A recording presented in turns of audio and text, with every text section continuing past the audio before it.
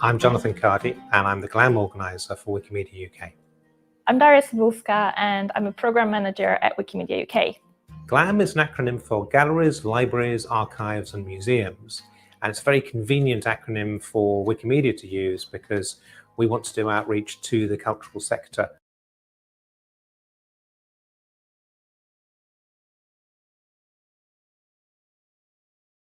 GLAM institutions often start working with us by dipping their toes in the water. For example, hosting a one-off event like an editathon or a backstage pass. And if it feels like the right sort of cooperation with them, they often move on to hosting a Wikipedian in residence. The chapter's first involvement with GLAM was a program that was run at the British Museum. After the success of the British Museum event in London, we've had further events in London, but we've also gone to Bristol, to Birmingham, to York, Newcastle and Edinburgh. We've had a range of events around the United Kingdom.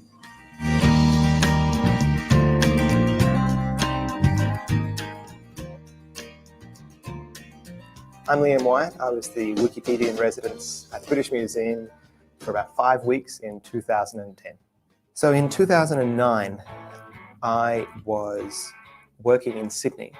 I was a Wikipedian, but I was working around the cultural sector, trying to license multimedia from the cultural sector to use in a website, and having great difficulty, which radicalized me into saying there's got to be a better way to do this. That ended up being, long story short, the Glam Wiki conference in Canberra, held at the Australian War Memorial, and that brought together for the first time a community of Wikimedians and a community of the cultural sector, put them in the same room and actually met and discussed. And it got a lot of important people from the cultural sector in Australia and New Zealand to show up. One of the results of that conference was, as a 2-day conference, was a list of recommendations in both directions. One of them I slipped into the middle because I wrote the recommendations, was have Wikipedians in-house in cultural institutions as Wikipedians in residence. I then shipped that idea, that one recommendation, around to all the cultural institutions I knew in Australia and said, hello, I would like to do that. I would like to be a Wikipedian in residence, whatever that means, with you. I would like to volunteer. Oh, no, couldn't possibly, all too scary. I happened to be in London a little bit later, and Mike Peel and I went around to a couple of cultural institutions to say hello and build a proactive relationship. So we had a meeting at the British Museum where we walked in with our ties and sat down with the editor, with the web department, and told them about a variety of things that we could do. Long list of things that we might do. Thanks very much, goodbye. 6 months later, I got a phone call from the British Museum saying, we've read your proposal, we've done a risk assessment, we will allow you to fly to London and volunteer for us. I tried to be as innovative as possible, or a lot of those things were the first time they had been done. We didn't have a word at the time for editathon, and we still don't have a more generic word for Hoxton challenge. That's the only time that's been attempted to get everyone who knows about this one topic and lock them in a room with coffee and Wi-Fi. That's only been done there, but everyone seems to like it. So I'm most proud about having demonstrated it's possible to break the barrier, not the one individual thing, but to change both communities' perspectives that cultural institutions and Wikimedians can work with each other for mutual benefit. For my own ego's sake, I would like to think that my Wikipedian in residence program, 5 weeks, volunteer at the British Museum, was of seminal importance. Maybe it was an idea whose time had come anyway. I just happened to be in the right place at the right time.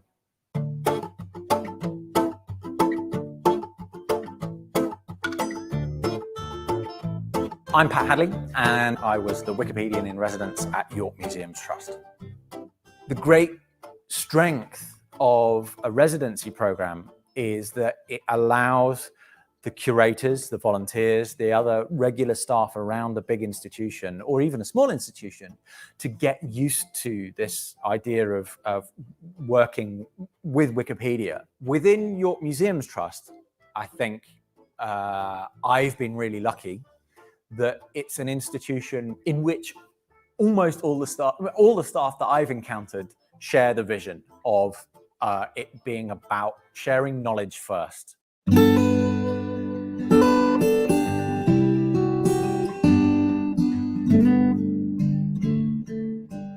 My name is Ali Crockford and I'm the Wikimedian in residence at the National Library of Scotland here in Edinburgh. I think that Wikipedia really needs to look at the kind of material that libraries have available. Libraries are repositories of an immense amount of knowledge. Here at the National Library of Scotland alone, something like more than 17 million items in the collection. And that's a collection that grows by about, I think, 500,000 items every year. This is an organization that has access to the kind of knowledge that can completely revolutionize the quality of information that Wikipedia makes available. And I think that if you are working towards making the sum of all human knowledge accessible as per the vision of Wikimedia, you have to look at the organizations whose mission has been for the last 100 years, 200 years, doing pretty much the same thing.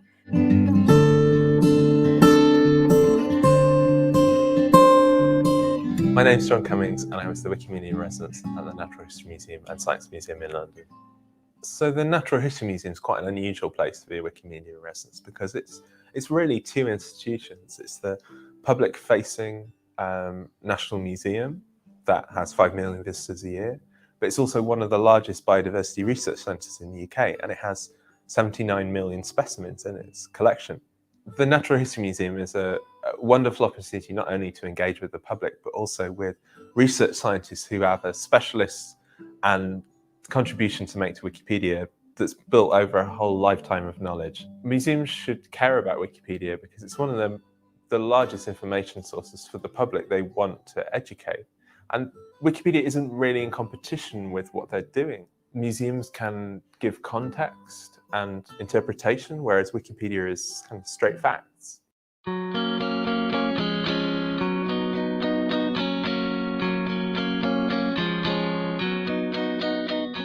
I'm John Byrne. I was Wikipedian in residence at the Royal Society in London in 2014.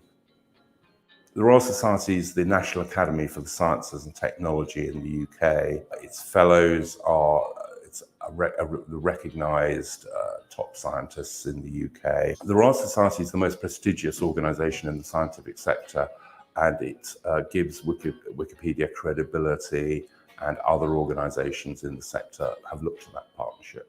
Wikipedia needs more editors, and it needs expert editors, and expert editors can have a particular role checking and reviewing what other people do, and it's really crucial that we keep up our body of expert editors. The Royal Society has got a very wide range of contacts throughout the scientific sector at all levels. It's not just the fellows, and working with them enables us to reach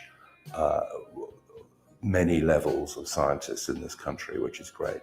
It's a very widely recognised problem in the UK, particularly that young women don't go into science. The Royal Society and the rest of the scientific sector have been making great efforts to address this, and they definitely saw Wikipedia as one aspect of that. I think that the issue of diversity is very important in a role in science education, because women traditionally in science have had a huge contribution that has been under-recognised, and that Wikipedia, being the widely used resource that it is a wonderful tool to help readdress that. One of the projects that I ran was with ZSL, Zoological Society of London, and we ran an editathon in the pavilion they have there, which is an amazing space. You kind of look at it and there's kangaroos jumping around outside. We focus on women in natural sciences, and it was a wonderful event. I think we had 90% women come, which is really nice. I think the effort to include women in the Wikimedia events organised with the National Library of Scotland have been really quite successful. To my knowledge, we have not yet had an event where women have made up less than 50% of the contributors. which I think is an incredible achievement. And we've had events where women have made up 90% or even 100%. We also have had a lot of events that have focused specifically on women in different areas. We had a very successful Women in Science Editathon that we held in collaboration with the Medical Research Council and the Royal Society of Edinburgh. And that was quite a large and very successful event, which went really well. I think that Wikipedia reflects some of the biases that are out there in society. So biases in terms of gender inequality, inequality with respect to race, disability. And I think it's our responsibility to make a conscious effort to redress that bias and those inequalities. Wikimedia having the goal of providing the sum of all human knowledge, it's important that we recognize what that really is and where the gaps are and try and fill in those gaps wherever possible.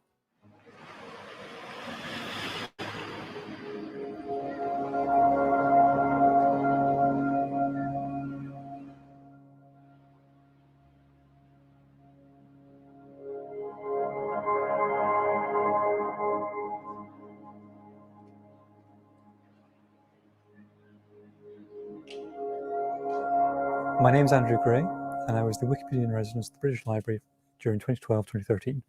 The residency was funded by the Arts and Humanities Research Council, and as such, as well as focusing on content-oriented projects within the library itself, we looked at supporting the work of researchers and academics wanting to engage with Wikipedia and wanting to disseminate information through Wikipedia and through similar channels. The British Library has a large and diverse collection of material, ranging from a significant philatelic collection, for example, through to contemporary print and large amounts of ancient and otherwise historic manuscript material. We looked at taking some of these collections on a small scale and releasing them through Wikimedia Commons. In many cases, versions of this material existed already, but in lower quality, often third-generation scans taken from a book, whereas we were able to go to original material to get high-quality archival images and disseminate these.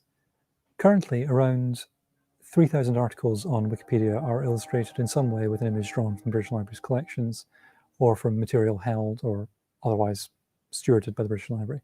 During the later part of my time there, we worked on releasing a large collection of material from the Canadian Copyright Collection. Because this material, which was all photographs, had been gathered in a relatively controlled fashion under copyright deposit law, we knew the exact copyright status of it, and we were able to say with confidence that it was all in the public domain. Wikimedia UK and the Echo Centre for American Studies supported the digitization of this material. And then we were able to release it to Wikimedia Commons, but also release it on the British Library's own infrastructure. One of the most interesting parts of this collection was that because it was obtained through copyright deposit and through legal deposit, it was non-selective. Anything someone chose to register for copyright was included in the collection. Almost every other significant photographic collection from the period, this is around the turn of the century, has been curated in some way. Someone has chosen to select, this is significant, this is interesting, this isn't really relevant, it's pictures of cats, we don't care about cats. Whereas we were able to find some remarkably interesting ephemeral material within the Canadian collection, such as, for example, a 12 photograph set of pictures of cats posing with newspapers. We have no idea why someone in Toronto in 1900 chose to pay to get these pictures copyrighted, but they did. And we feel that there's clearly a very interesting story here for a researcher in the future. We simply would not have known about this without the combination of this collection and the attempt to digitize it. I think GLAMs should host the Wikimedian residents to show they're serious about open knowledge and to do something about it. I'd like to think that working with Wikimedia caused the cultural institutions in the UK think more seriously about open knowledge and, for example, include it in their strategic objectives. Another thing that I tend to see now is that when an institution does, for example, a digitization project, they include in the planning thinking about how they're going to share it openly afterwards, for example, on the Wikimedia project. Having the residency has led to YMT being more open.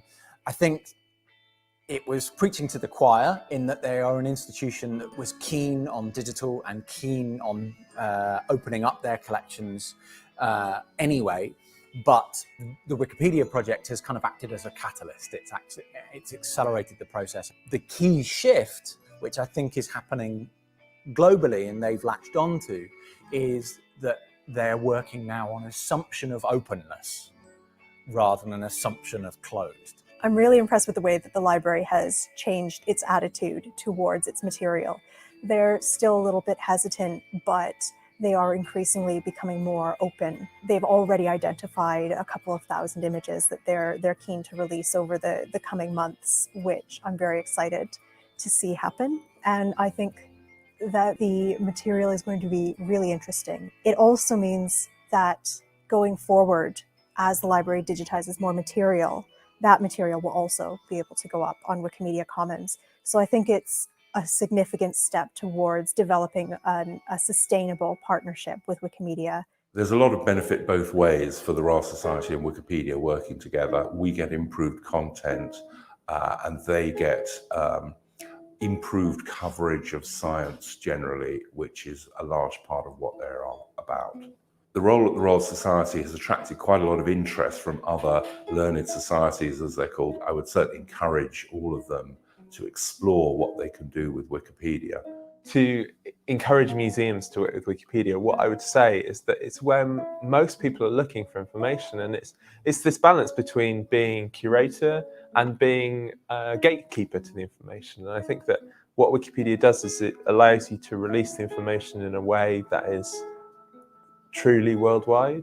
What I'd say to museums is if you only have information on a website, it really puts the onus on the person looking for the information to know which museum has it, where on their website it is. If you put things on Wikimedia projects, if you provide information to Wikimedia projects, it really does allow the whole world to help you share your information.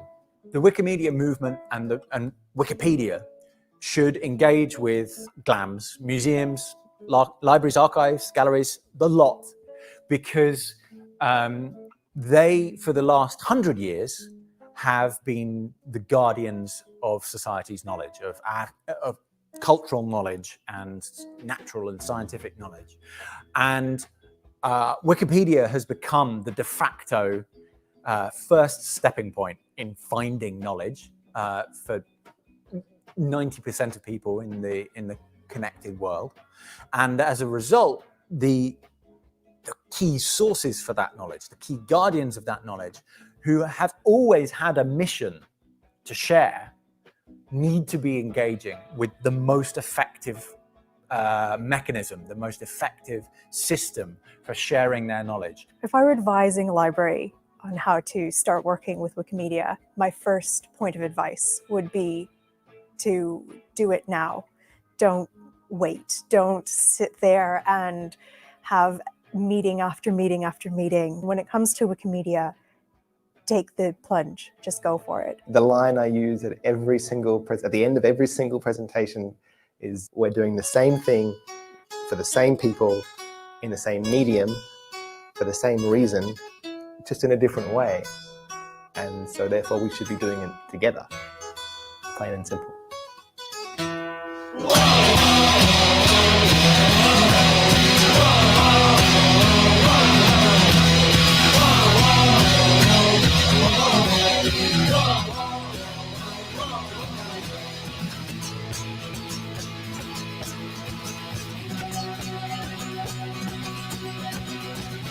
This could be the final time you see me. If you don't mind, let's make the most of all this empathy. Call me a coward, please. It's plain to see that now I'm back on Shingle Street. I'm rolling over all the rocks. I'm back onto my feet. Call me a waste of your time. Please just draw a line in the sand that I could be if you just cross me with a lie. I was skipping on the surface of where I shouldn't be, and with the swinging of your arms, yeah, you threw me at the sea. We're on a curve, it's on the run to all our nerves, and it always brings us closer to what each of us deserves. So tell me that I hurt you, tell me there was pain, so my return to Shingle Street doesn't have to be in vain. No, we were there.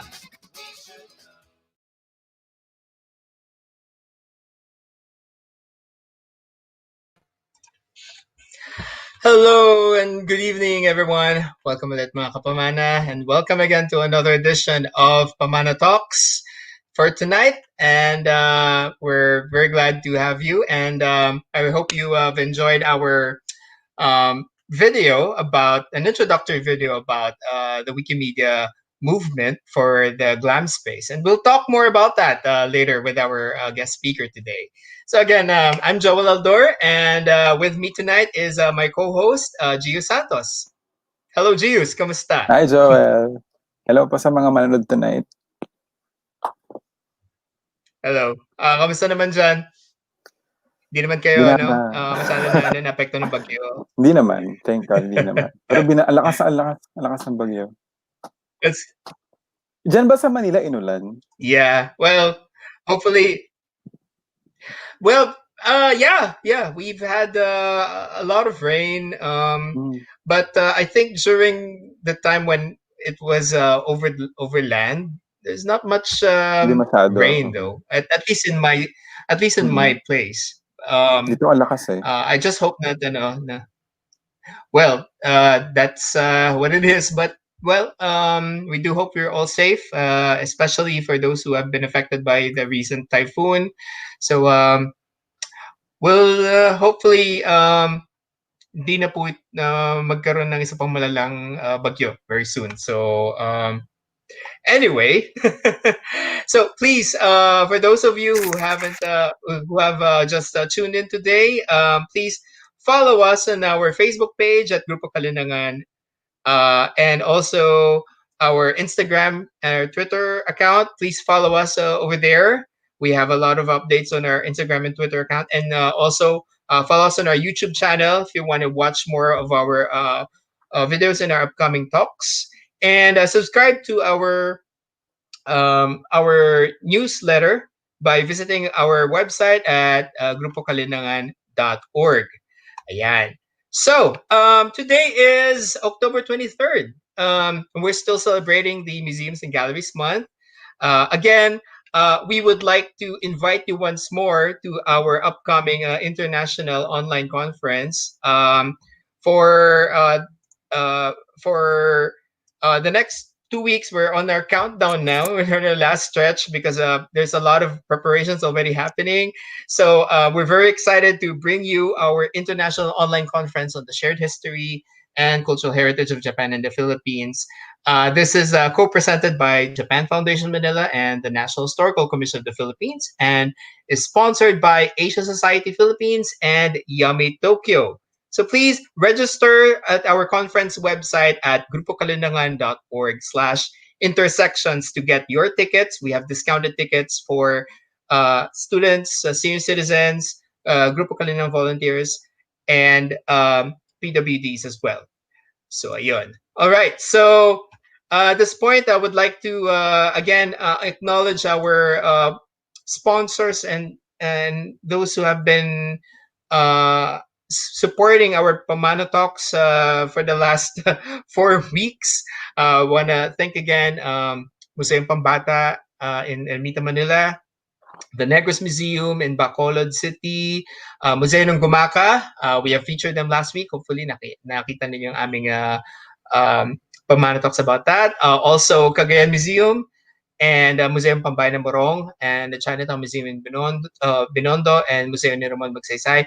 Also, our friends from the Cagayan Heritage Conservation Society, the Bantay Kasaysayan Facebook page, yung mga kasama po namin sa Tuklas Pilipinas, the Makati Poblacion Heritage Conservation Project, Zambales Provincial Tourism Office, the Advocates for Heritage Preservation People. Kamusta na po kayo dyan? Tagal na rin kami hindi nakapag-turn no, ng AHP. Also, yung mga kaibigan namin sa Local Historical Committees Network, sana nas magaganda po kayo mga kalagayan. And all others who have not yet mentioned, thank you very much for supporting us. And so, before we proceed, I would like to just shout out from various people who's watching with us today, like si Miss Vanessa Pable from Cavite City. Kamusta po? Also, sino pa yung mga nanonood po sa atin ngayon?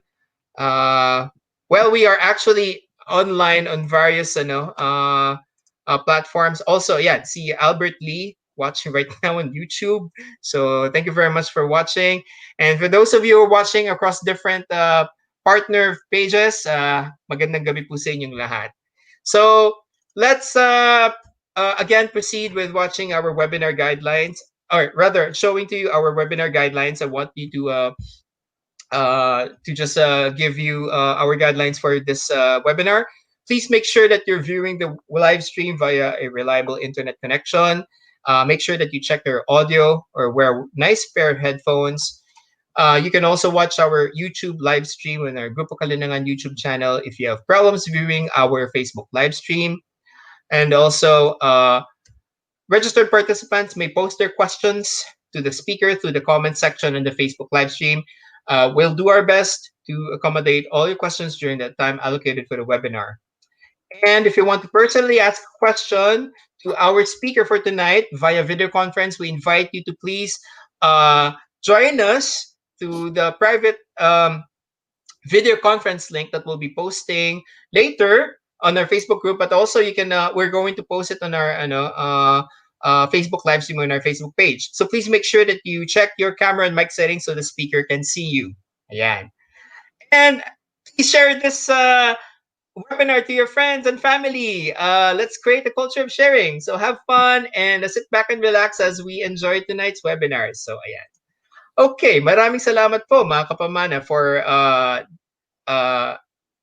viewing those webinar guidelines. So tonight we have a very special topic to talk about.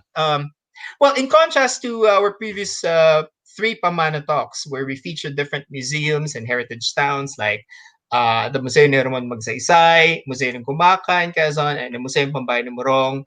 Tonight, we are going to discuss instead about Wikimedia projects and communities and how they're helping or how they have contributed to the GLAM space. Do you know what GLAM means? Do you have an idea, Gius, what GLAM stands for? Wala. No. Well, okay. It's an international acronym. It just means GLAM.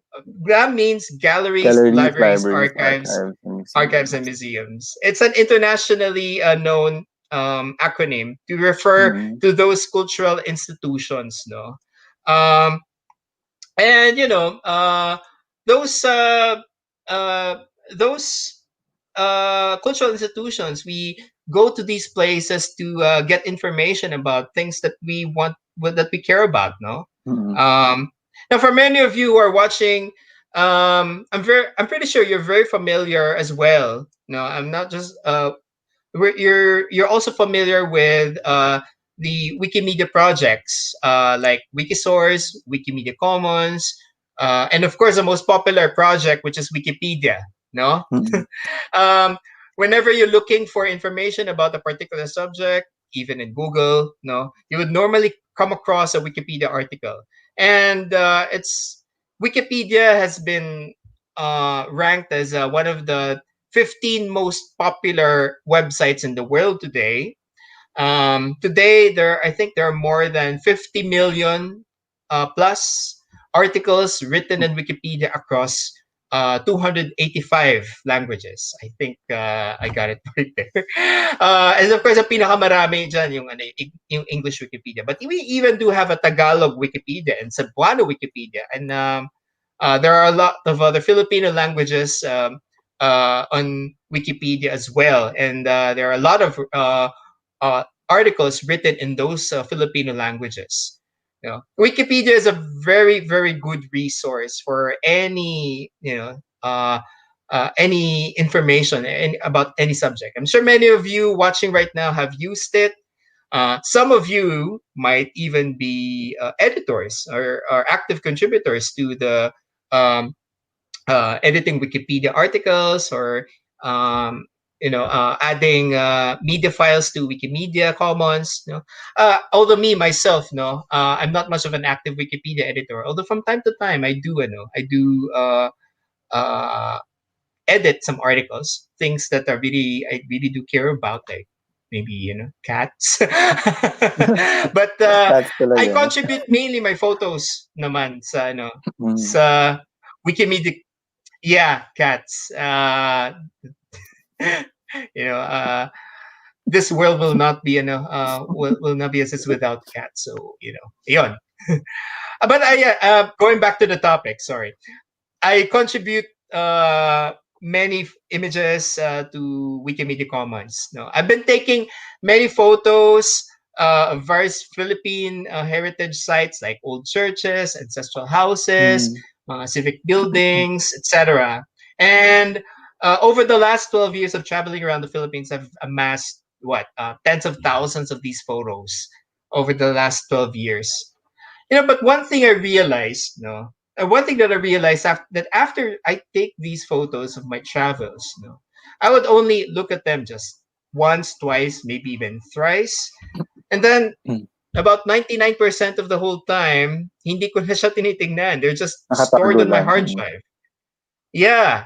So hindi naman siya parang araw-araw ko siyang tinitingnan, and very madalang ko nga siya binabalikan unless I need to look into something. So wala, it just sits there, So I thought, what if these photos could be of good use to other people, instead of my photos just sitting there at hindi siya ginagamit at all. So that's how I got to start using Wikimedia Commons, and I've uploaded thousands of my photos already in Commons, and I'm glad to see that many people are actually finding good use of the photos that I've contributed for the research or for whatever purpose it may serve. Even the NHCP and the National Museum have made use of my photos that I've uploaded there. They were able to use my photo documentation of the ceiling paintings project of the churches that have been damaged during the Bohol earthquake in 2013. And all of those photos that I've documented, they're all available in Wikimedia Commons, and anyone can just access it for free. And all they have to do is just properly cite it, and they could use it for whatever for academic purposes or for something that would be of good use for them. So that's how I got into Wikimedia projects, and it's largely thanks to this guy who have introduced me to the Wikimedia movement, and I'm really glad that he's our guest speaker for tonight. So without much fanfare, I would like to introduce to you my good friend of mine. He's one of the most prominent Filipino Wikipedians. And he has worked with the Wikimedia Foundation and formerly as a member of the affiliations committee. But he's even though he's also working for DeviantArt as a community manager, he still continues to be a very active member of the whole movement. And he's also an active member as well of the Wiki Society of the Philippines. So his talk tonight will discuss about how the Wikimedia communities have contributed to the GLAM space, and how you, all our viewers tonight, how you can be an active part in this committee. So please welcome my dear friend tonight, all the way from Pittsburgh, Pennsylvania in the US. I'd like to welcome Josh Lim. Hello, Josh. How are you? Hi, sir. Thanks, Joel. Hi, JS. Good evening, or good evening in Manila. Good morning if you're watching from the US. Kung nandito man kayo, thank you very much for having me. It is great to be here. Thank you very much for accepting our invitation to be our speaker for today. How are you there? Kamusta ka dyan sa Okay naman. Pennsylvania? Okay naman. I mean, I'm glad to be here. I'm in a place with not a lot of COVID cases, so medyo okay naman. I do still keep abreast with things going on in the Philippines. So I have heard about Typhoon Pepito. I've heard about everything going on there. So I hope everyone is okay. But I mean, for me, even though I now live in the US, I still have a lot of ties to the Philippines, quite obviously. So I worry about everything going on there, and everyone who I know who is still there. So yeah. Well, it could have been better, no? yeah. Well, thankfully, we're all safe. At least for all of us who know yung mga kilala natin, no? And I suppose we can only wish for for this whole thing to end so soon. But in the meantime, of course, we'll have to just take the necessary precautions. So, Josh, tell us more about how have you been doing these days? I mean, um, what are your recent projects on Wikimedia Foundation? Ano mga ginagawa mo lately? Well, I mean, currently at the moment, I do a lot of. So currently, I'm actually working with the Wikipedians of Los Angeles user group. So it's something that I'm trying to bring back together. They so and a lot of the activities that I've been doing with Wikipedia and the other Wikimedia projects largely revolves around there. So I'm hoping to start a few other projects. A lot of my work recently has been with citations. So, for example, another user and we came up with a tool called Cite Unseen, which is it's basically a bias checker for Wikimedia sources. So sources used on Wikipedia and other Wikipedia projects. It's currently deployed on the English Wikipedia as a beta tool. We hope to and we've seen other people be interested. Other people from other language projects express interest in using this tool. Other than Sight Unseen, a lot of my work has largely been in the disinformation space. So which is largely my work actually in the Philippines. So a lot of the work that we've been doing is we've been combating, historical revisionism, and a whole lot of AKA things that fake I'm not. news. AKA fake news, all the things that given the nature of that work, I'm not going to get into that here. I don't want to offend political sensibilities of the people watching this talk, but yes, a lot of countering fake news, disinformation, particularly to sensitive topics related to events in the Philippines and people surrounding those events. So those are largely the two things that I've been working on. Of course, everything's been upended due to the pandemic, but as Donald Trump once said, it is what it is. Oh my God! I just quoted Donald Trump. Pala, it is what it is. Oh, wala. I didn't know it was a Donald Trump quote.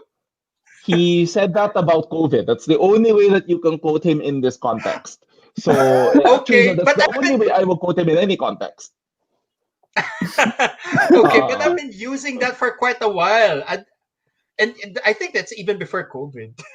It is before COVID, but the most recent use of that phrase by a prominent person was Donald Trump when he was interviewed defending his response to COVID-19 in the United States. Look, I know that we want to complain about how the COVID response in the Philippines is what it is, but the COVID response in the United States, unfortunately, is also what it is, and we have to deal with the consequences of that accordingly. I hope the people, the people responsible will see that for what it is and will address it accordingly.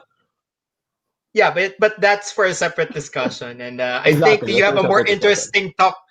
You have a more interesting talk to talk about tonight. So why don't you show us what's the Wikimedia movement up for in this in the Glam space. So let's start with your lecture, Josh. Yeah, for sure. So thank you everyone again. Magandang gabi sa inyo lahat. And thank you for coming to my Pamana talk.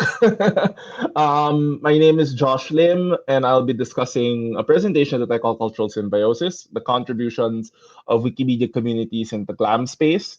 And this is actually something that the Wikimedia movement has been very invested in for well over a decade, if you will, based off of what you've seen in the video that you saw earlier. And actually, we've also done some of that work in the Philippines. I'll discuss that throughout the course of this presentation. But more broadly, I'll discuss how there has been a lot of potential for GLAM partnerships and both the Wikimedia space and the cultural institutions that have participated in that. So let's go to the next slide, please. So I'll just discuss about myself briefly. I've been a Wikipedian for the last 15 years. I actually started editing Wikipedia on April 7th, 2005. And that's something that I am immensely proud of. I helped co-found the Wiki Society of the Philippines. We were formerly known as Wikimedia Philippines. We're an organization which promotes the Wikimedia projects in that part of the world. And although I am currently presenting from Pittsburgh, I'm actually based in LA, where I currently work for DeviantArt, the art website. And as I mentioned earlier, I also volunteer with the Wikipedians of Los Angeles user group.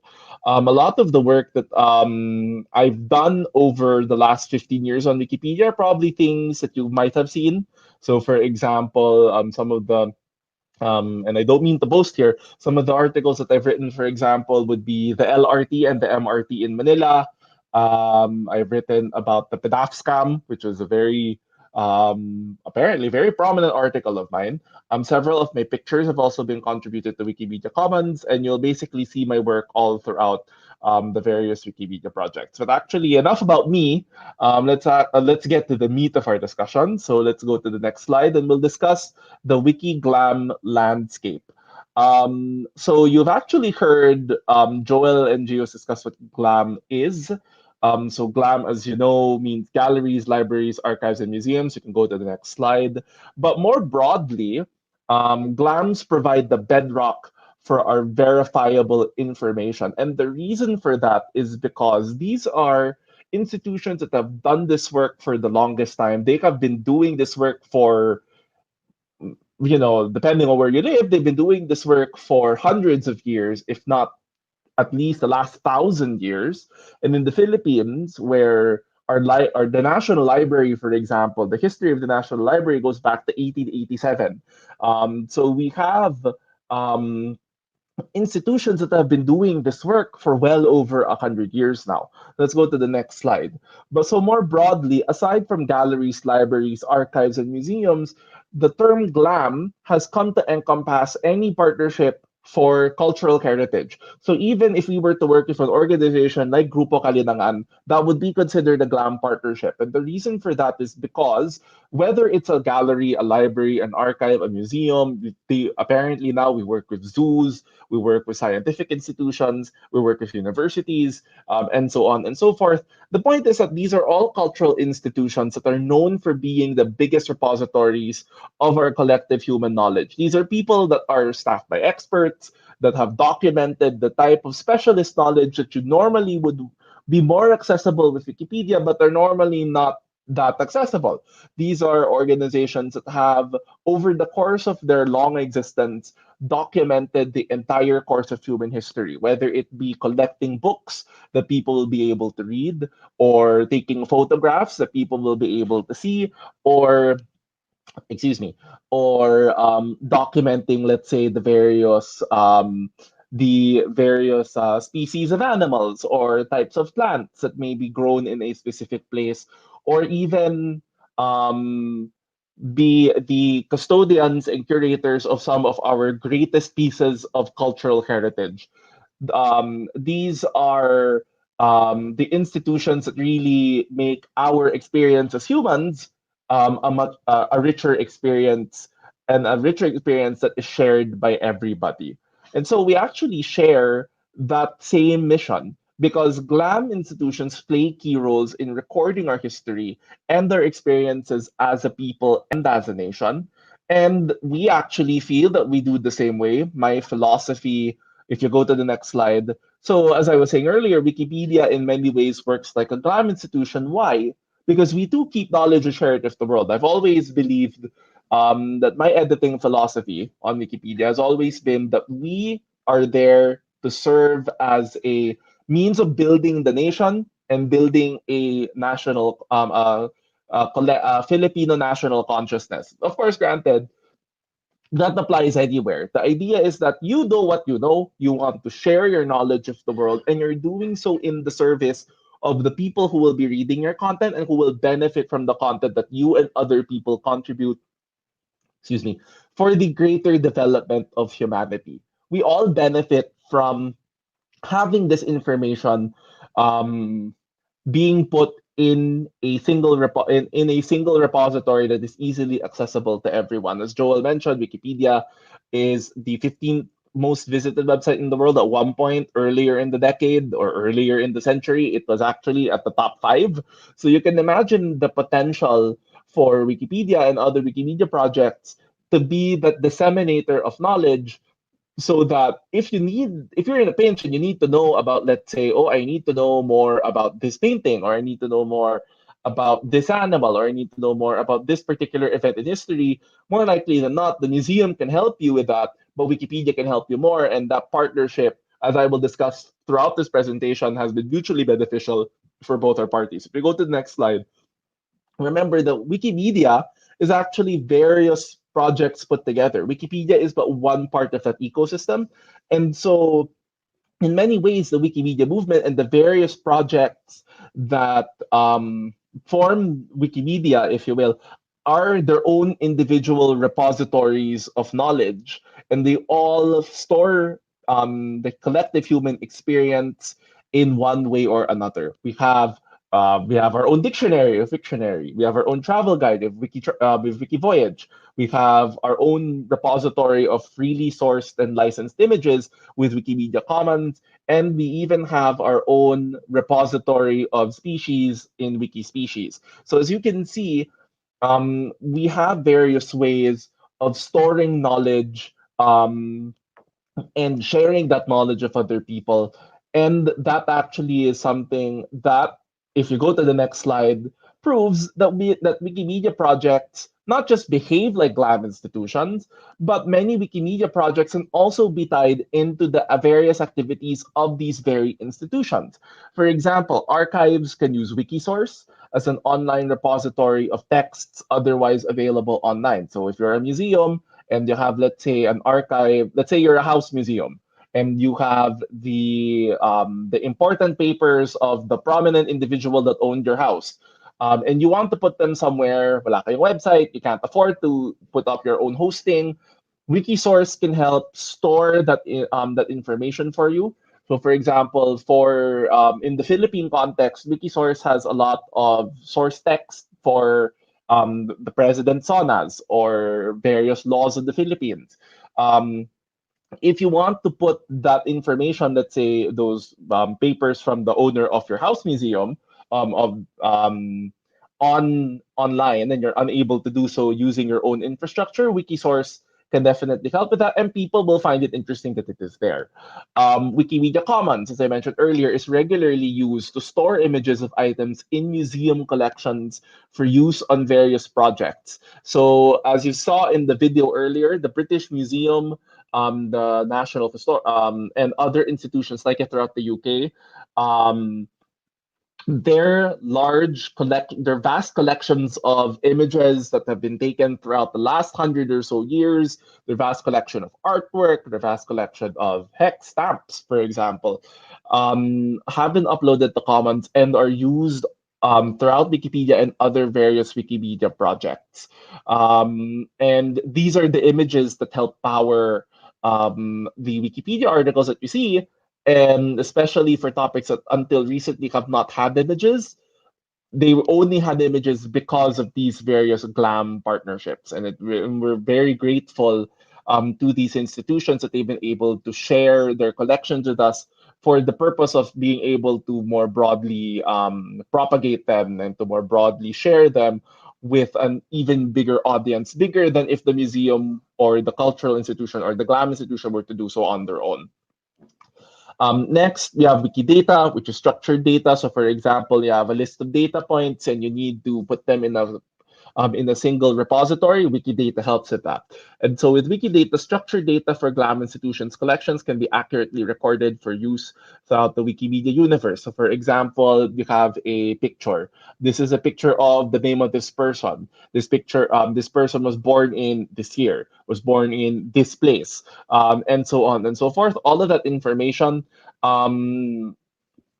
is then used to help propagate, let's say, Wikipedia Wikipedia article info boxes, which help provide a summary of the information. If you were to search on Google for, let's say, a particular topic, and you see the box on the right, and it gives you a list of that structured data, that actually is powered by Wikidata. So that's actually one important use of structured data, in that it helps provide quick, structured, short information that you would need, especially if you're in a pinch. And most importantly, Wikipedia is often used to write about specific collections, persons, etc., depending on the coverage of the institution in question.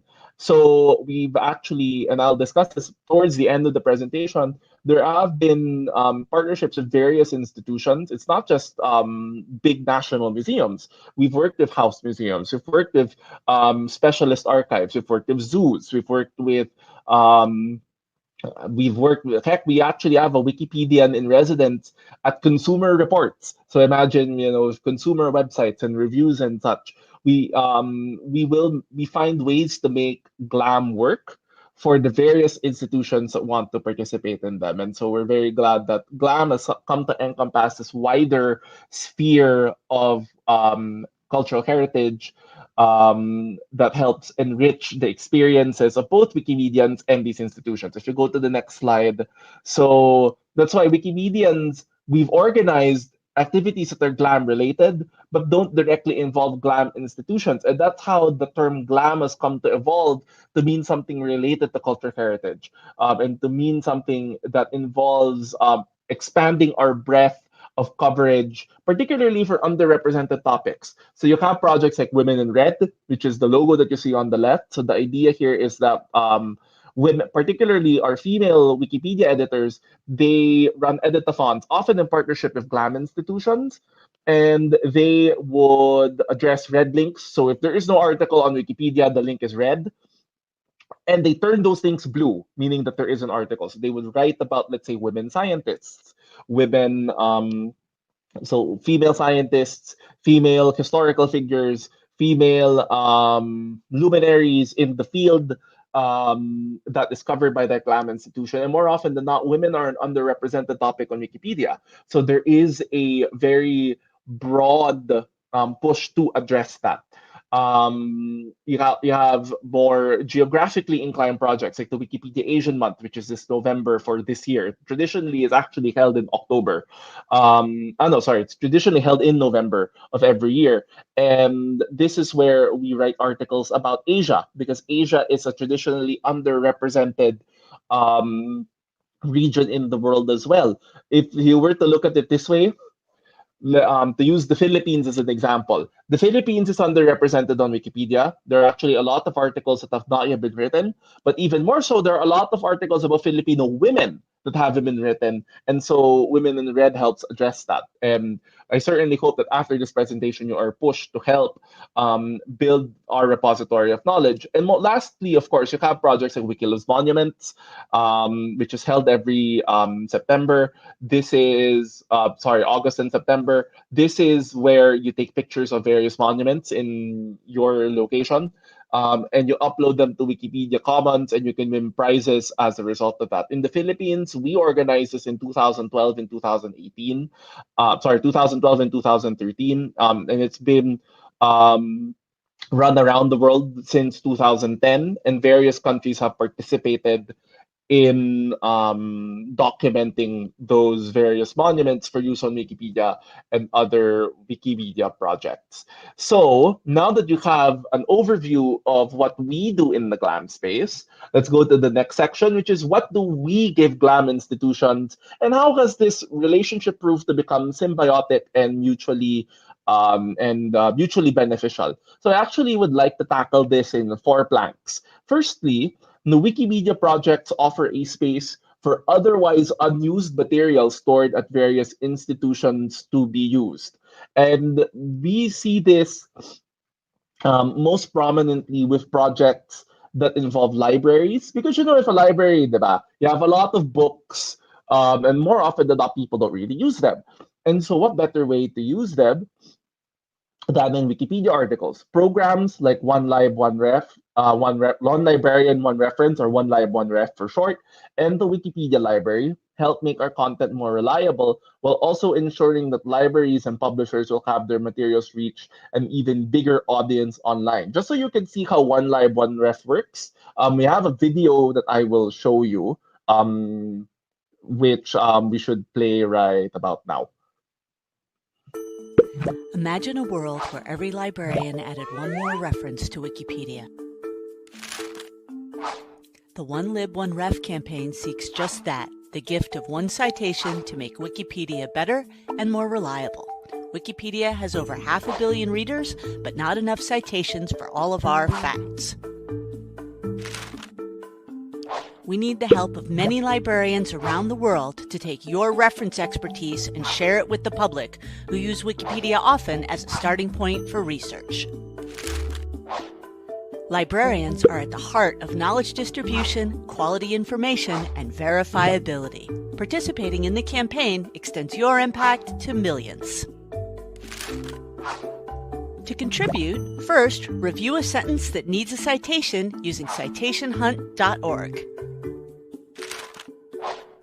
Second, find a reliable source that can support the statement.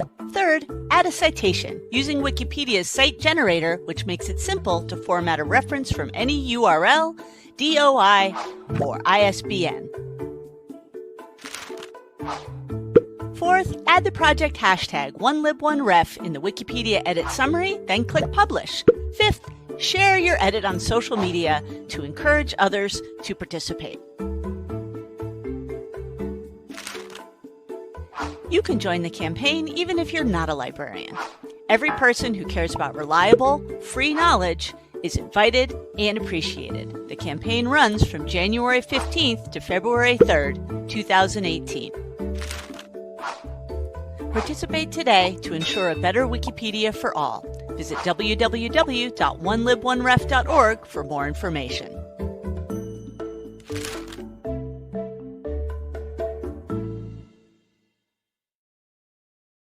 Be fair, actually, One Lib, One Ref is still ongoing. The initial push began in 2018. Let's put the slides back up, please. In 2018, but it's been ongoing ever since. And that is actually in partnership with an internal Wikimedia Foundation project called the Wikipedia Library, which will go to the next slide. So the Wikipedia Library is basically a platform where if you need, let's say you are writing a Wikipedia article, and you need access to sources that you normally would not be able to access online, we would provide that for you for free in partnership with that institution that provides that. So the most prominent one that I can think of is, so yung mga bata dito, those who are still in college and you need access to JSTOR, we give you access to JSTOR even after you graduate. So this is the only way that I'm able to use JSTOR even after I left the Ateneo de Manila University in 2014. So, and that way I'm able to still read historical, so I'm still able to read all the journals that I would need to access in order to help write the Wikipedia articles that I write, and also for my own general reading pleasure. The idea here is that these are collections that would otherwise go unused by these institutions, and so we provide platforms for Wikipedians to use this information and actually use the collections that otherwise people would not know about. And then we use them in Wikipedia articles, which then if you actually go down all the way to the references, you will see, oh, these were the sources that were used. I'm interested in knowing more about the topic that was discussed by this particular source. I'm going to go read that source. And so that actually helps with these references being used by the by interested parties, if you will, and the institution itself will be able to make that available to you more than if, let's say, oh, I'm just going to wait for someone to borrow this book from this library, right? Let's go to the next slide. The second plank of that is that Wikimedia projects are also an ideal outlet for preserving and protecting heritage and history. And this is particularly important for places that have traditionally been underrepresented in the knowledge space online. So we'd like to say on Wikipedia, Wikipedia, unfortunately, we have our own systemic biases. We're very white, we're very Western, and of course, we're very affluent. So the typical Wikipedia editor is white, male, highly educated, and is often financially stable, if not financially comfortable, because they have the free time and the resources to be able to actually edit Wikipedia. And so GLAM partnerships help address that imbalance. We provide the platform, they provide the content, which is the case of the next project I'm going to discuss. So this is Wikilov's art at the Tropon Museum in the Netherlands. So Wikimedia Nederland, which is the Dutch chapter of the Wikimedia Foundation, began working with the Tropon Museum, which is part of the Dutch Royal Tropics Institute in 2010. And the idea is that these are ethnological institutions, and particularly in countries that have had colonies abroad, they have documented extensively ordinary life in the colonies that these countries formerly held. So digitizing the collections of the Dutch Royal Tropics Institute would have had an impact on better documenting knowledge on Wikipedia about former Dutch colonies. So the picture on the right here, for example, this actually is these are, I believe, these are some of the former African slaves that have since been brought, I believe, to Suriname, a country in South America, which was a former Dutch colony. And so images like these help provide critical historical context to articles about Wikipedia that are about this topic. So in this case, over 100,000 images were donated by the museum, with many now used on Wikipedia and other projects. In fact, the bulk of that collection are actually images from Indonesia at the turn of the 20th century. Now, these are images that otherwise we would not have access to on Wikipedia, and it was only through this partnership with the Tropon Museum that we were able to get these images out to a wider audience. If you read articles about Indonesia, particularly Indonesian history under the Dutch, you will see more likely than not images from the Tropon Museum in those articles. And that partnership was only made possible by the fact that we help provide the platform for better spreading the knowledge that the Tropon Museum has as an institution, but is unable to do so on its own using its own infrastructure.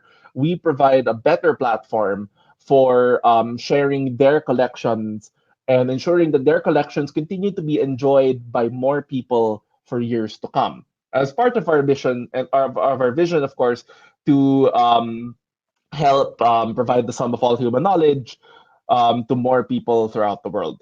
So let's go to the next slide.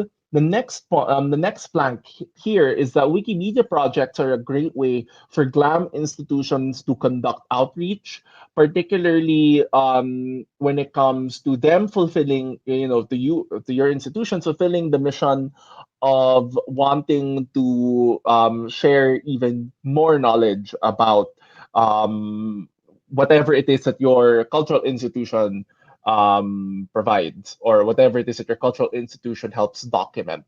This actually leads me to segue to a project that we ran in the Philippines, which is the Cultural Heritage Mapping Project. So in 2014, we launched an ambitious project to document the Philippines' built heritage.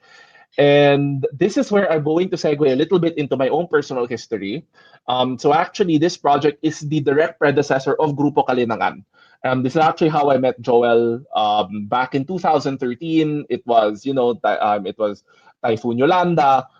He had the images of church ceilings of Project Kisame. I figured, it would be good if we were able to bring these to Wikipedia, because we feel that this is something that would help benefit not just the articles that we have about these churches, but also would help benefit, would help better spread these images and help show that even if our cultural heritage may have been destroyed in a natural disaster, we at least are very fortunate that we still have we're still able to document these critical pieces of history. And so in the year that we ran the project, 2014 and 2015, Thousands of images were uploaded to Commons. Hundreds of articles were written and or improved. This actually was from Wiki Expedition Sariaya in 2014. And so we were able to document, we were able to better document the municipality of Sariaya and its various historical sites there for use on Wikipedia. And we hope that people have been reading the articles that we write, particularly about the various landmarks of these towns that our cultural heritage volunteers were able to write in the time that they were part of this project. And so this has also parlayed itself into other activities. And so for us, our experience was this has been particularly fruitful with reaching out to government institutions. So for example, we were able to get at least our foot in the door with the National Historical Commission and other government institutions that have expressed interest in wanting to work with us to help better document the Philippines' built cultural heritage. And so the last plank of this is that next slide. And so the next slide is that finally, Wikimedia projects are an excellent way to better further the aims of cultural institutions worldwide. If you've been listening to me throughout this last hour or so, I've been cheerleading how the Wikimedia projects are a beneficial way for cultural institutions to better fulfill further your aims of wanting to share your institutional knowledge with the rest of the world. Let's go to the next slide. As you can see, we actually have hundreds of partnerships. About 100 partnerships. These are actually partnerships with various institutions. This is North America, Europe, Australia. If you go further down on this page, you won't be able to do so because this is an image right here. But we actually do have partnerships on all 6 continents. In the Philippines, we actually are proud to have the first Wikipedian in residence in Southeast Asia. And so what we did was for a couple of months in 2018, we partnered with the Bantayog ng mga Bayani to help bring their collections over to Wikipedia and to use their resources to better document the history of the Philippines under martial law. And so we're actually immensely proud of the partnership, and this is information that we feel is very beneficial for particularly for Philippine audiences to read more about that chapter in our nation's history.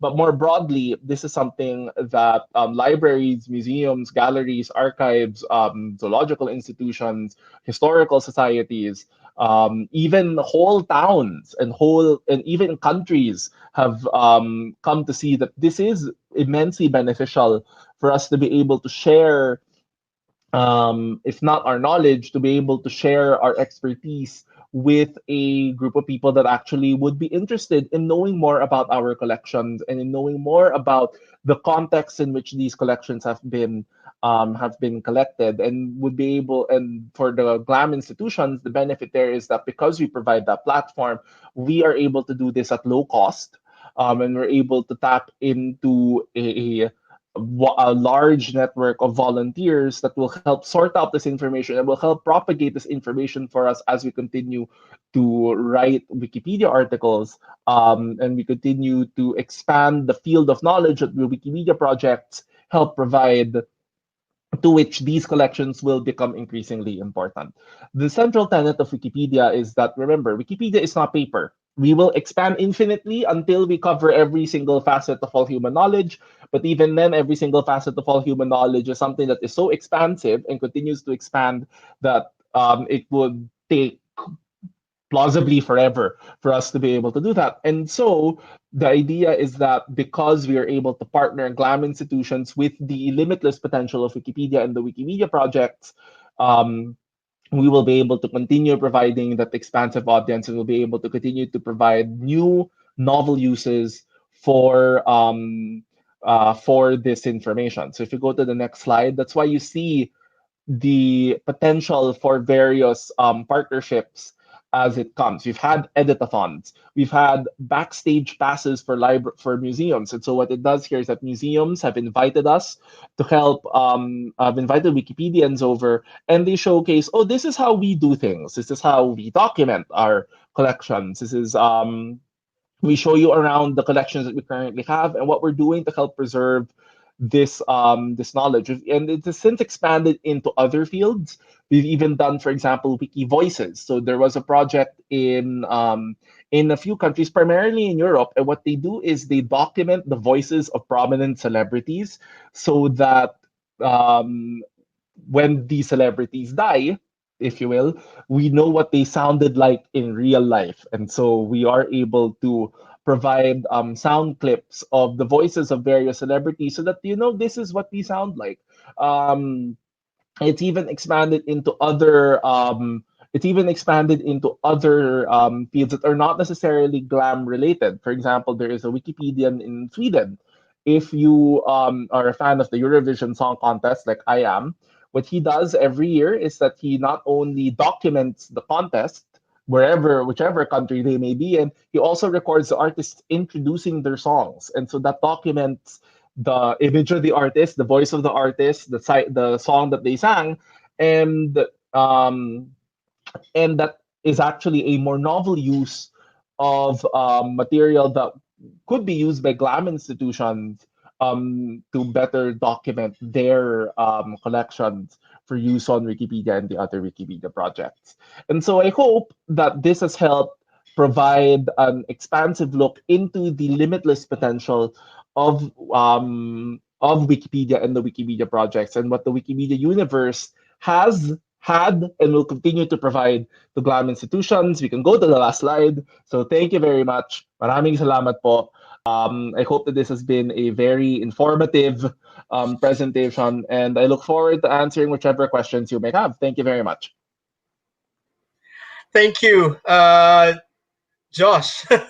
You have reminded me of the time that we've done together during the cultural mapping project some years ago.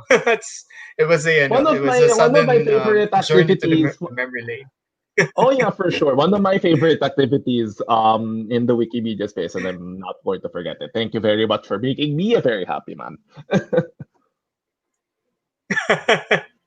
Well, so you have pretty much given us an overview of how the GLAM space is partnering with various Wikimedia communities around the world. I'd like to know what are the usual issues or the challenges in the GLAM space that the communities in the Wikimedia movement is facing.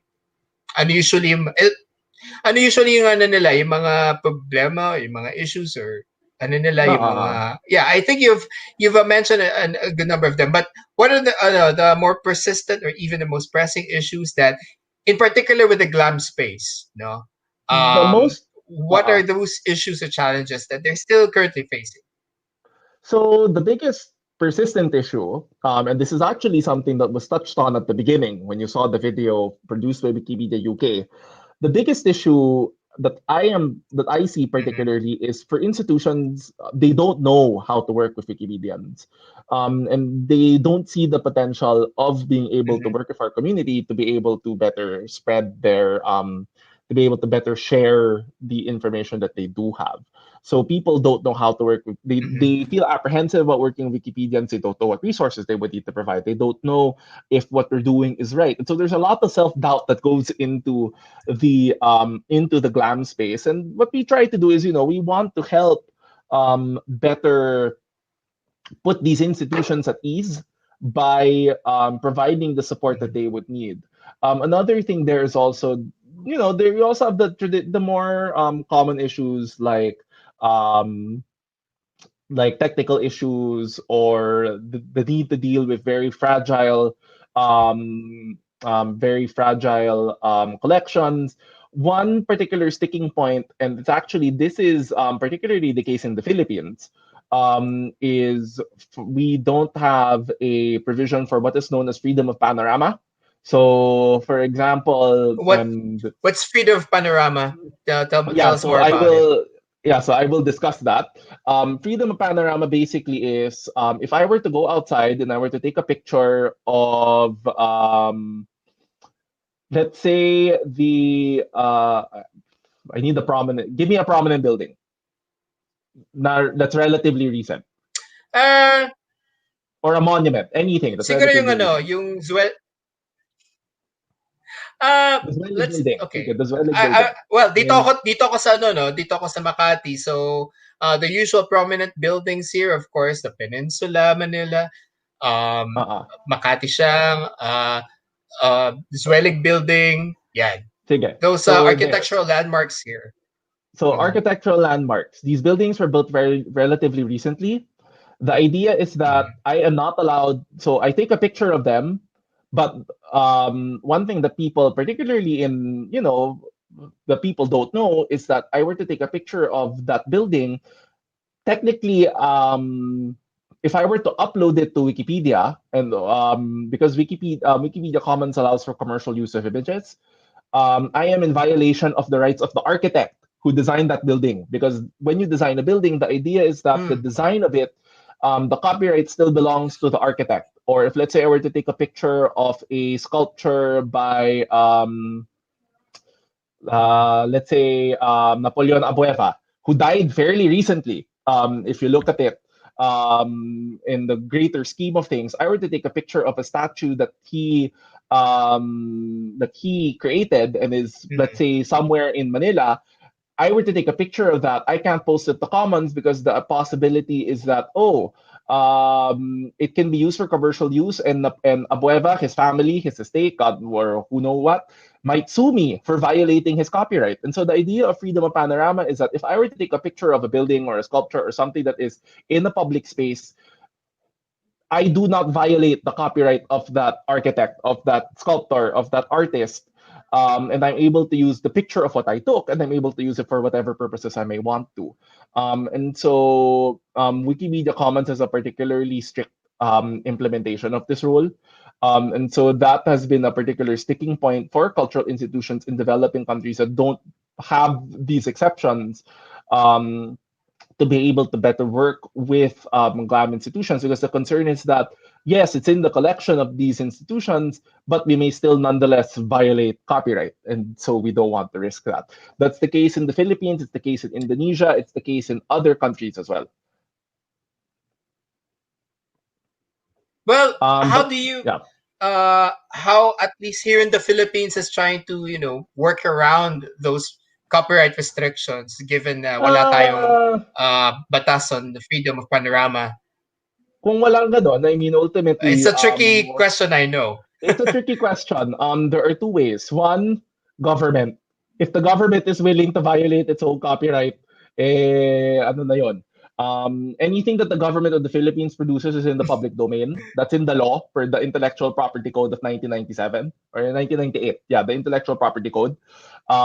So any pictures that the government takes, at least yun, that's in the public domain and we can use them.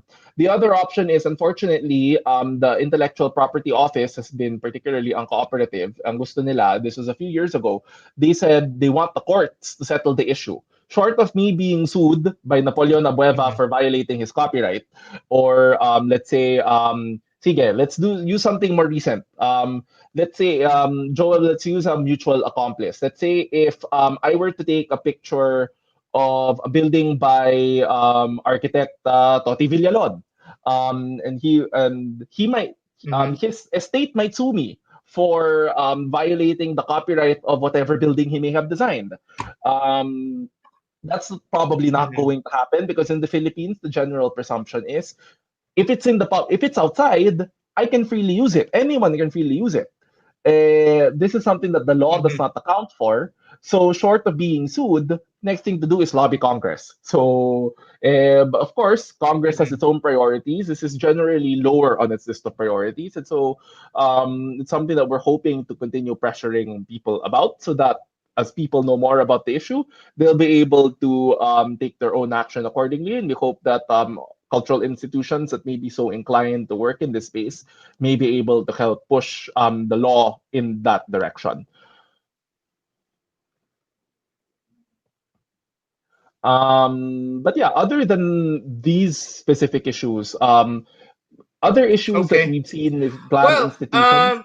You've worked with the Wikimedia Philippines now Hi, are we lagging?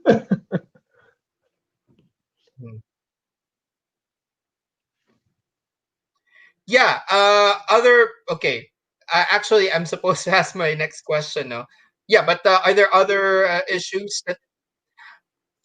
Well, we are on a 12-hour time difference, so I guess that Yeah. explains it. But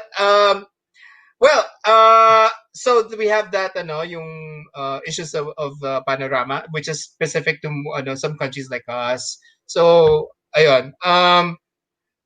Are there other issues that you would like to to tell about how how the Wiki Glam movement is addressing? One thing also is particularly for smaller institutions, Any other because issues that you might want to bring up? oh yeah. So one thing that I would consider particularly for smaller institutions is we Can you hear have me? Hello. yes, yes. So particularly for smaller institutions, they don't have a we need to Mhm. provide a more systematic way of gathering the information that they provide, and we help build that more systematic way of archive, let's say, of recording whatever information that they may provide. And so that certainly is one consideration. A lot of it is very technical, but these are limitations that can be addressed as the partnership evolves and as institutions build their own capacity to be able to do, better record, if you will, their collections.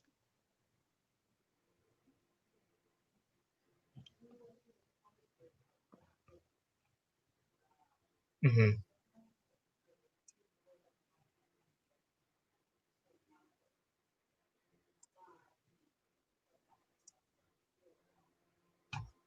Okay.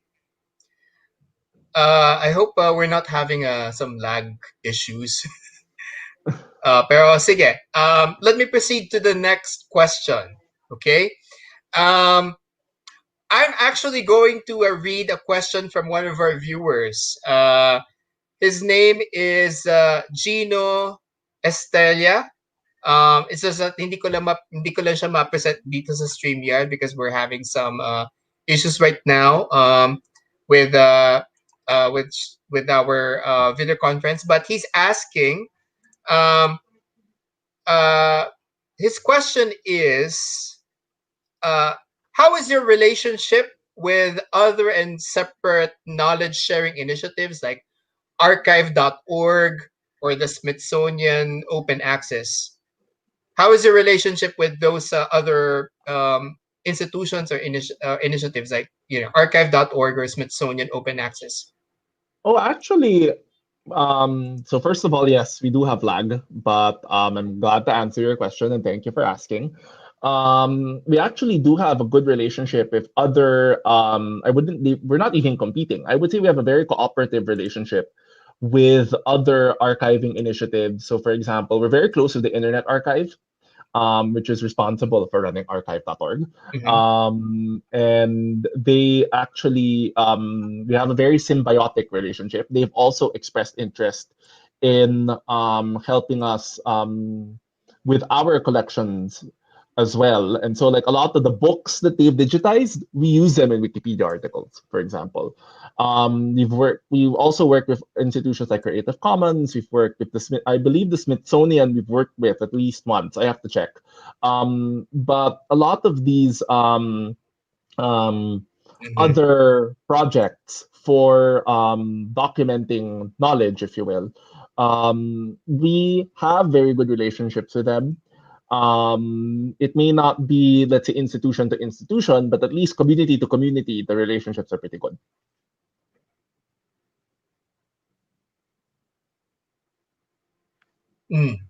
Okay. So a follow-up question, yeah. And let me just we're having some how do these partnerships with Glam specifically work?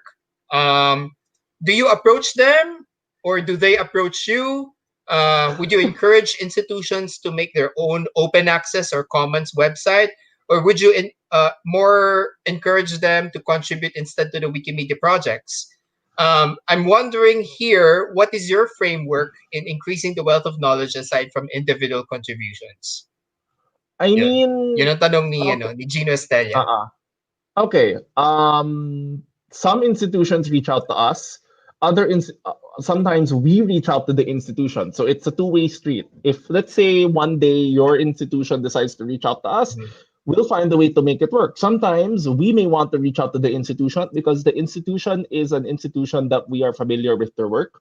And so we'd want to work with them. I actually think that these go hand in hand. I don't think that just because a museum or a gallery or whatnot decides to put, or an archive decides to put up their own open access infrastructure, that does not preclude them being able to participate in the Wikimedia projects. Look, we're going to have to recognize that museums are free to have their own platforms, but the reach of their platform may be more limited than the platform that we provide. But I and other practitioners in the space believe that the more access you have to these materials, the better. Doesn't matter what the form is, but so long as you're able to provide more access to these materials, it's always going to be better than if the materials are not published at all. Ultimately, it's going to depend on how the information is spread, but so long as it is made available, then why not? And we'd be glad to work with institutions to make that happen, no matter what the form. Another question coming from Celsius Wanchon. His question is, one of the issues about museums is the way they select representations or pictures and the way they want to present a subculture or a group. How do Wikimedians ensure that the presentation of those pictures won't be stereotypical or biased against that subculture or that group?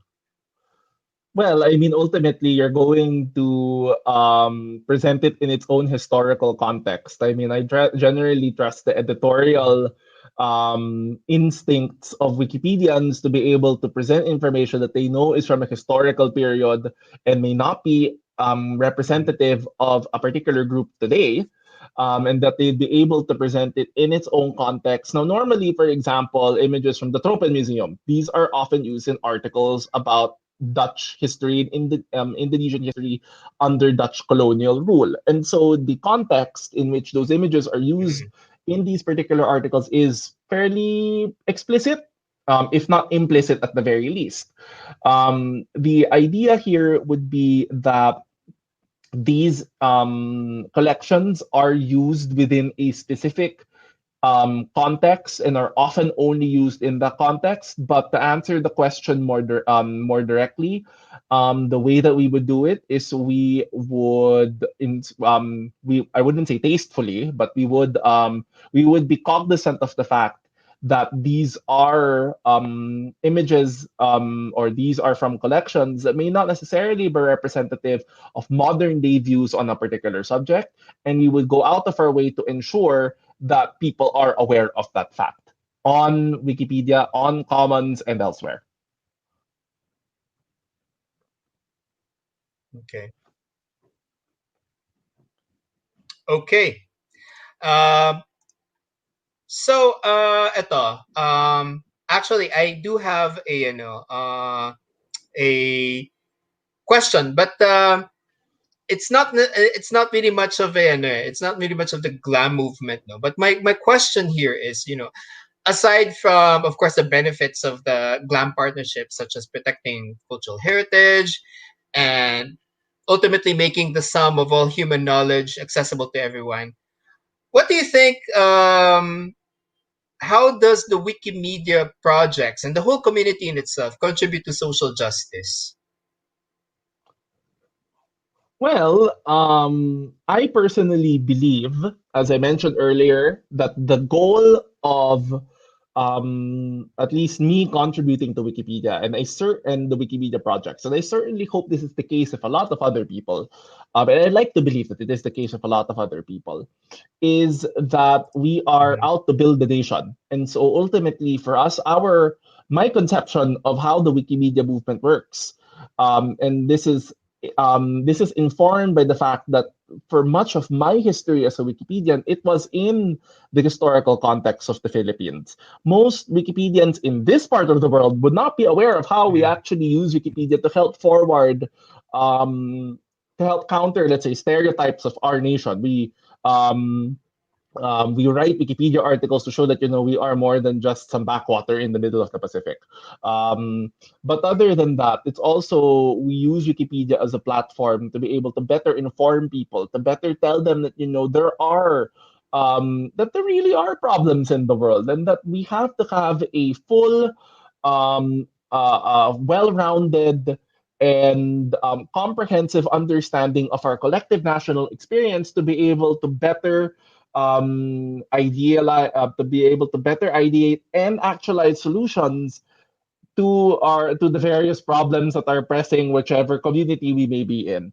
So at least for me, my hope is that through the knowledge that I share on Wikipedia, on Wikimedia Commons and elsewhere, that in some way, shape, or form, it helps better inform people that we can actually be better than what the facts currently say we are. And remember that that we are in the business of documenting fact. We don't intersperse our opinions, and we are not allowed to intersperse our opinions in the content that we write. And so our hope is that these are the facts that are currently laid out.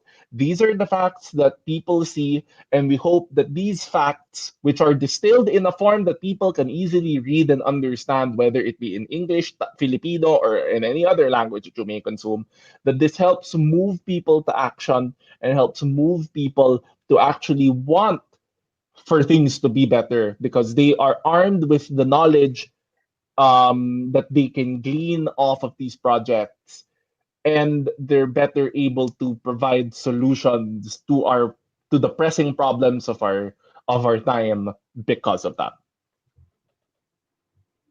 Okay, thank you. We do have another question. This is a pretty interesting one, and I think I'd like to think this is sort of an elephant in the room question. This comes from one of our masugid na manonood, si Miss Vanessa Afable, and I'm going to show it to you right now. Her question here is, how come a lot of schools and institutions here in the Philippines would say that most information from Wikipedia are not reliable? They discourage students to use it. Why do you think so? It's an insight. Okay, so this is a lot You've of been working unpacking. with you.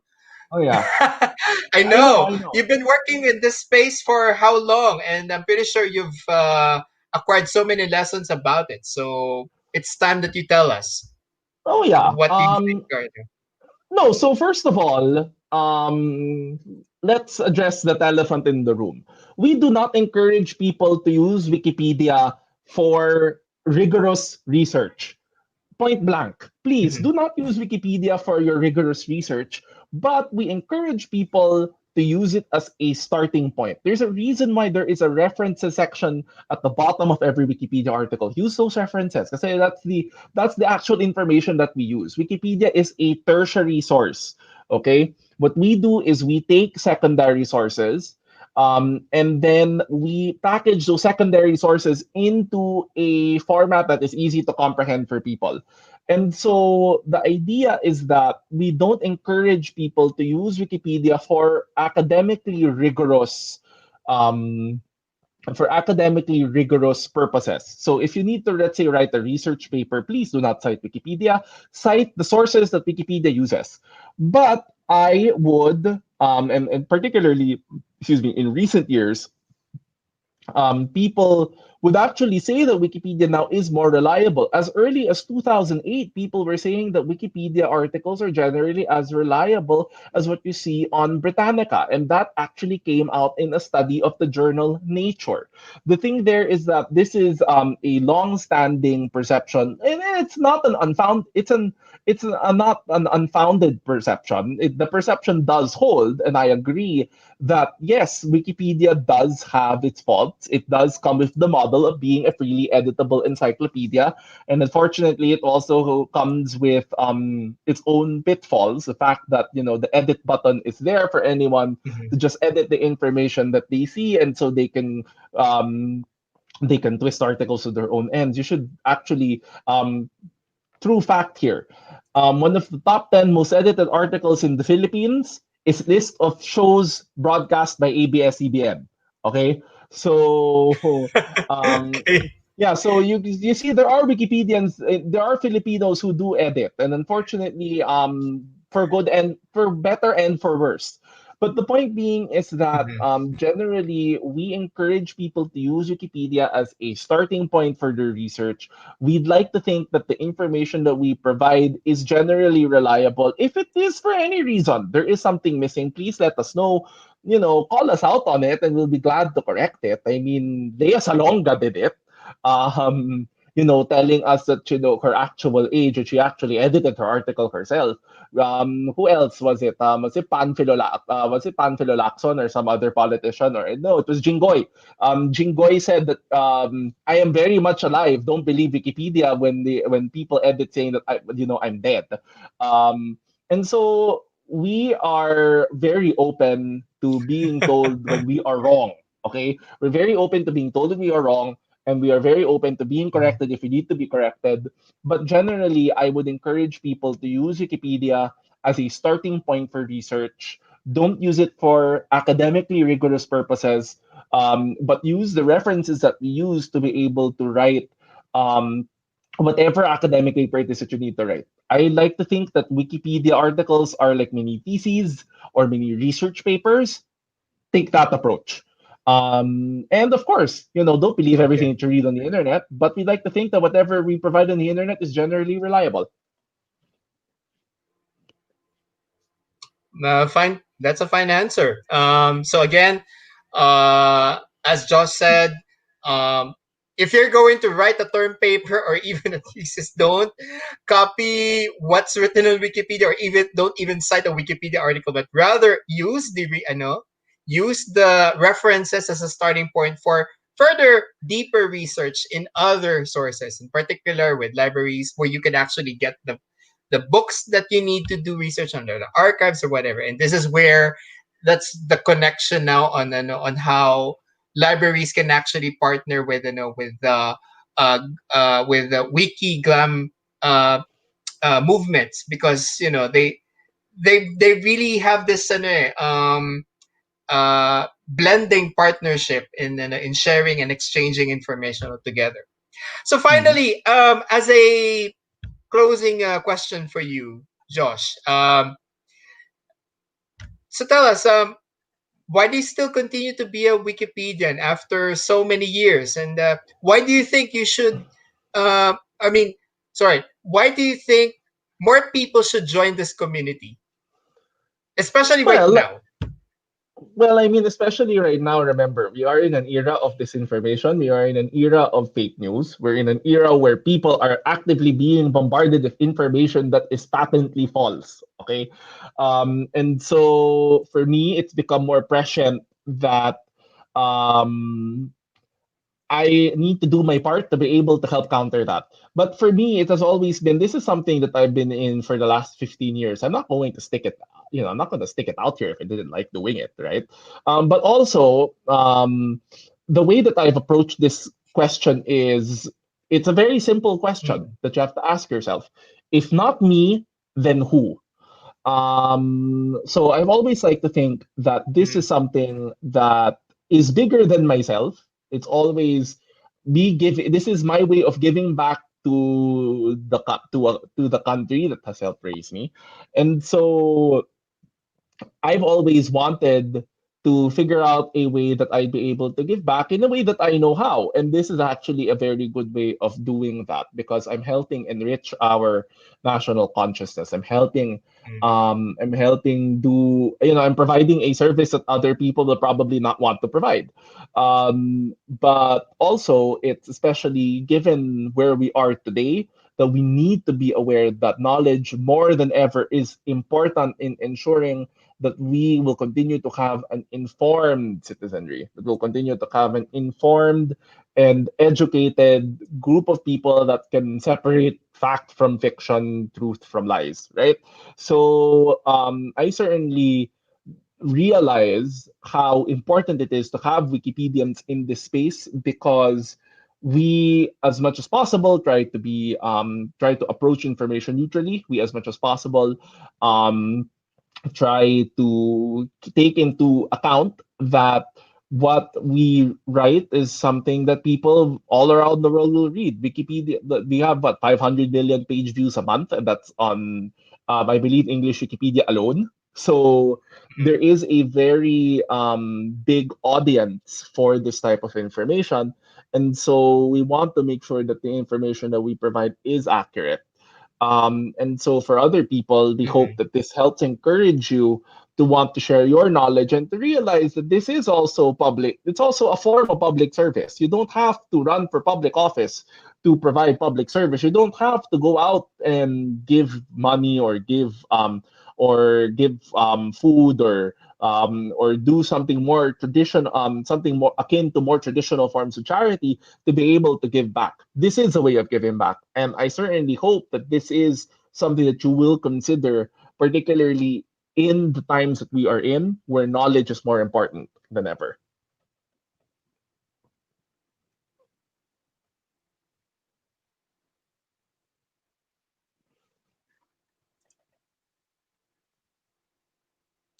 With that, it's been a pleasure to have you, Josh. We have learned so much about the Wikimedia movement, and we wish you all the best in your future work, whatever it may be, and especially with your continued engagement with the whole Wikimedia community. And we do hope that you're staying safe right there. And hopefully next year, pag tapos na tong pandemic na to, magkita ulit tayo dito sa Pilipinas. Or kung masweltahin ako, makapunta ako sa US dito, magkita tayo dyan. I mean, but again, thank you, Josh, for having us. And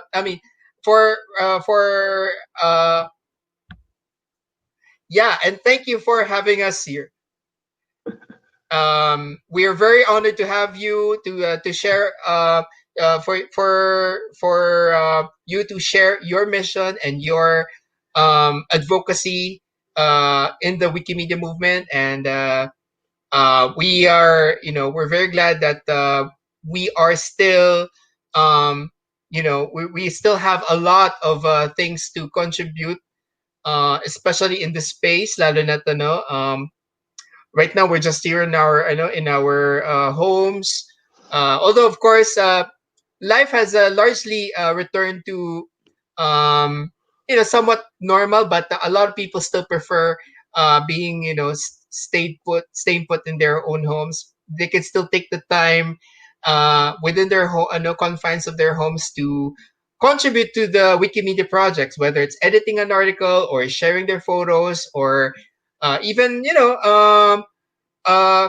starting a new research using Wikipedia resources as their tertiary source. So thank you very much, Josh, for sharing all this information about the Wikimedia movement. It is my pleasure, Joel. Thank you for inviting me. And I look forward to seeing you folks again. I am generally proud of the work that our cultural institutions in the Philippines have done. And I look forward to seeing you all when I get back to the Philippines, whenever that may be. My fingers are crossed on next year, but let's see what happens.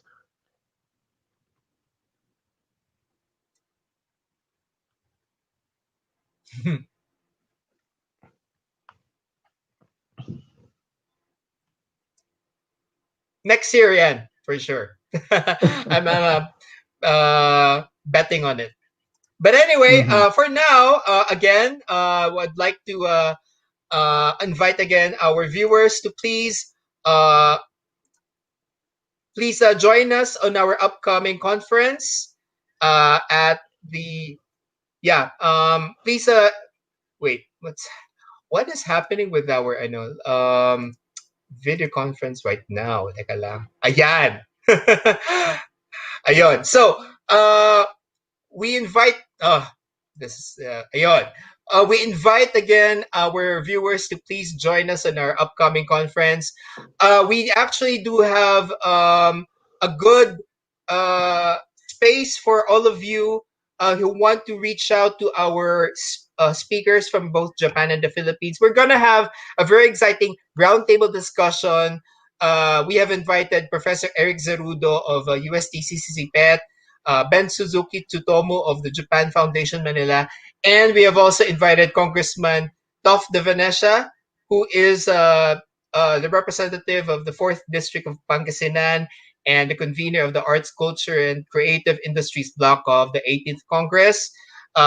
You can ask our panelists to ask questions about how they could we can address yung mga concerns and challenges natin in the cultural sector, especially in this time of the COVID-19 pandemic. So please register for this upcoming conference at our conference website at grupokalinangan.org/intersections. Tickets are still available until November 4. And finally, I'd like to announce once more that next Friday will be our last Pamano Talks for the month of October, for Museums and Galleries Month. We're very proud and honored to have Director Jeremy Barnes of the National Museum of the Philippines. He's going to give us some very exciting information about how the National Museum had been very busy over the last 7 months, working across different museums, across different projects during this quarantine period. So a lot has been under wraps, but a lot has also been shared across social media about what they're doing. But Jeremy Barnes is the right person to tell what is happening with the National Museum, what's the future of the museum, and how they're preparing for the time when they open again their doors to the Filipino people and to the whole world. So this is going to be a very, very exciting talk, a very special edition of our Pamana Talk. So please register next Friday na po ito at 8 p.m. So please, we'll see you there when we when we meet again next Friday. So thank you very much for attending our Pamana Talks today. I'd like to end this session right now with another food for thought. This time, this coming from a very prominent French writer, literary critic, art critic, and a book publisher by the name of Edmond de Goncourt. And he said, "A painting in a museum hears more ridiculous opinions than anything else in the world." So with that, thank you once again, Josh, for a very wonderful talk about the Wikimedia movement in the Glam space. And we'll see each other again very soon. And on behalf of all our friends and colleagues who have been helping us promote our Pamana Talks, and especially to our fellow viewers, maraming salamat po sa inyong pagtangkilik sa Pamana Talks. And on behalf of our colleagues and officers from Grupo Kalinangan, we thank you very much for tuning in over the last 90 minutes. So for now, we'd like to say bye for now, and we'll see you again next week. Ako po si Joel Ador, and with me is Gio Santos. We'll see each other again, and hopefully we'll see you also on Wikipedia, starting to edit articles. Oh, by the way, Josh, how do they actually become Wikipedians? How do they start? Go to Wikipedia. So go to wikipedia.org, or whichever language version you prefer. There will be a link at the very top right that says create account. Create an account with your username, add the password, and that's it. You have made a Wikipedia account. We do have a place for Wikipedia editors in the Philippines. I should have put this in the slides. So if you end up finding us, you can look for Tambayan Philippines on Wikipedia, and that is where we are. So it's a regional notice board for Filipino Wikipedia editors and topics related to the Philippines. So if you do sign up, you'll find us there. Easy peasy. So just come out, create an account there and start editing and start contributing your content to the Wikimedia Commons or Wikipedia or whatever Wikimedia project you're interested in. So with that, thank you once more, and we'll see you again next Friday. Paalam po sa inyo lahat, and happy weekend po sa inyo. Bye everyone.